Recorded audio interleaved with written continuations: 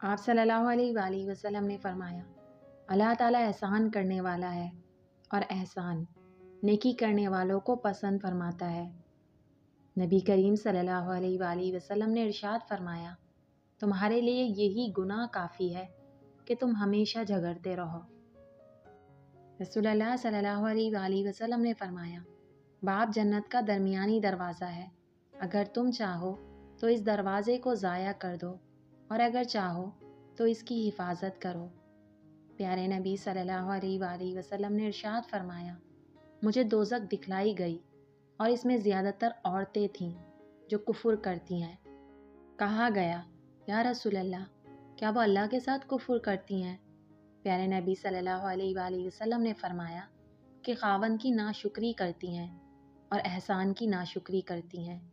اگر تم عمر بھر ان میں سے کسی کے ساتھ احسان کرتے رہو، پھر تمہاری طرف سے کبھی کوئی ان کے خیال میں ناگواری کی بات ہو جائے تو فوراً کہہ اٹھیں گی کہ میں نے کبھی بھی تجھ سے کوئی بھلائی نہیں دیکھی۔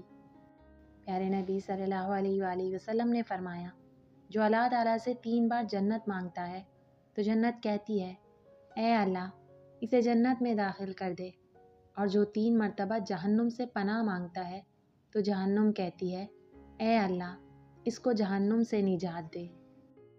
رسول اللہ صلی اللہ علیہ وآلہ وسلم سے پوچھا گیا، کون سی عورت بہتر ہے؟